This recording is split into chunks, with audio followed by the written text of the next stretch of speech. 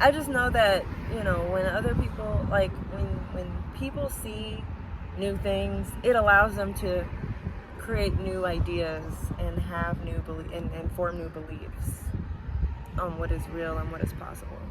So, for example, for me, I've liberated myself so much in this process of allowing myself to be comfortable where I actually have comfort, and to rest in the ways that make me feel rested and allow me to feel comfort, and allow me to actually receive that rest and that comfort. It's still, and I also realize that, like, I cannot postpone my joy until the day that I just don't have any more of the stuff that I don't want to have, because that's not what minimizing is. Minimizing isn't being miserable until nothing is left. So I am allowing myself to definitely experience joy while I have the time to make the space that I need, and also experience joy in making that space and experiencing, like, the mess of it and sorting through the mess of it and getting, because only in sorting through the mess of it am I going to get to exactly what I want, exactly what I need to have anyway. So instead of trying to go around it or go under it, I'm going through it. And I'm definitely going through it. I'm going through it for sure. But it's been an experience. And honestly, this past year, I've been the saddest I've ever been, but I have been the happiest ever in my life. And it's, you know, I've experienced a lot of loss and a lot of grief and a lot of anger and disappointment. There have been a lot of things that I've needed to also address within myself, like overthinking and indecisiveness and my impulse control. And those are still things that I'm on a journey with, because I do want to feel good every day. I do want to have myself situated in a way that no matter what happens outside of myself, no matter what the conditions are outside of me that I can't control, I am content with where I am in myself, where I am with me. You know, the progress that I've made, the work that I've put in, the energy that I choose to engage with. I want to feel consistently, like, set with that, you know. And that comes with not allowing impulses to take over whenever they come up, and giving into them, and not allowing myself to give into indecision or taking away from my decision making by adding another person's input, even though their input isn't constructive, or it's not what I was looking for, or they're not giving the input that I want, or, you know, blah blah blah blah blah. Instead of just listening to me, asking myself, and listening and actually paying attention, instead of questioning it over and over and over again. So, and today, since this is the first time I've ever, like, had my doors open, and I don't know if you could tell, but the wind is blowing, and it really is gorgeous out here. Like, I don't know if I can turn this around. I can't turn this around, but this is where I am.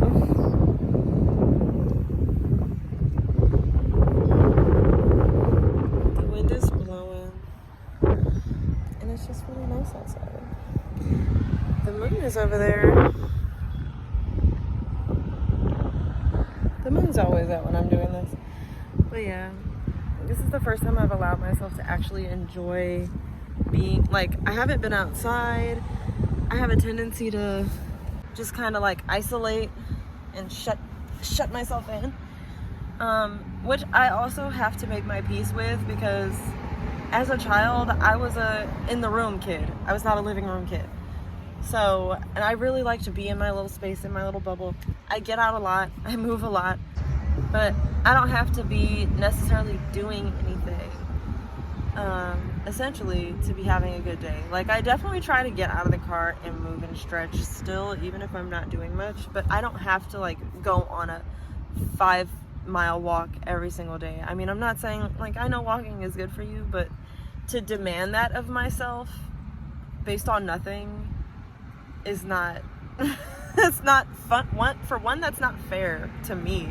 So why do I expect myself to meet this weird expectation of like being able to, like, being active on a daily basis all the time, no matter what, and always doing something? Like, I don't always have to be doing something. And I did come here, and I could have gone for a little stroll, and I could still go for a little stroll, but I didn't really come here for that. I came here to enjoy where I am. I came here to enjoy the wind. I came here to enjoy the water, and I'm doing that. And also, I will say, in van life, it takes some time to like have a system. And for me personally, I don't know of anybody else that's doing this and is also like trying to operate a business and doing literally everything all at once. Like, if you know me in real life, then you know I have a lot going on. When people ask me what do, I say that I do everything. I may not work a 9 to 5, but genuinely I'm always on the clock. So I owe myself all of my time, and I want to engage in that space where I can do what it is that I love to do, and do what it is that my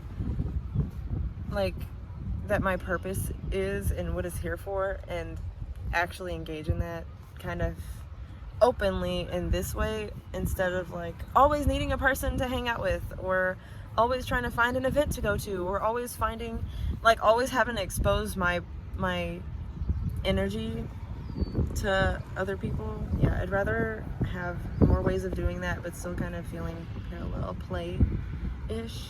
And also, I've been getting over that weird feeling of like being myself and other people being around and existing at the same time, because it makes me feel so weird. Like, literally, people just walked up, and the sun is setting and it looks gorgeous, but they're right to take a picture. And it would have made me feel so awkward that I would have probably stopped talking or stopped recording or been talking like this. But like, I mean, they're taking photos in front of my car, so why would I feel weird? Because I'm talking to my phone. But so many people do this. And it's not a problem. And I don't understand why. I mean, I understand why, but I think it's silly. I don't understand why. I think it's silly. So I'm stopping. I think it's silly to feel weird about people existing in proximity to me. I think it's silly to not exist as much as I do when I'm alone because another person showed up. Which is kind of funny, because in my head it is kind of worse for somebody else to be there than for me to be by myself. But like, I don't have to put that on me and make me uncomfortable and make myself feel weird and make myself have less fun and stop what I'm doing. And it's like, I owe myself the space to be myself. I owe myself the time to be myself. That's all. Oh, but I also remember, as I was learning about, I try to learn about my brain, just so that I can understand like the function of the brain and like how it's doing what it's doing and where these things are coming from, because I'm not crazy. So it's like, let's do science. I'm a science girl. So there was a point where I had come across the knowledge of, if I feel like there's no room for me, then I'm telling myself that there's no room. If I feel like there's no room for me, is that coming from the space telling me that there's no room for me? The space telling me that they don't have space for me to be fully who I am? Is that the space confirming with me that they want me to be less than who I am? Or is it me telling myself ahead of time, hey, by the way, just so that I know there's no space for me there? And giving that, am I feeding that to myself, or is it coming from the place that I'm going to? That's such a valuable thing to take notice of, because a lot of times I realized I was making myself smaller before I even had to show up.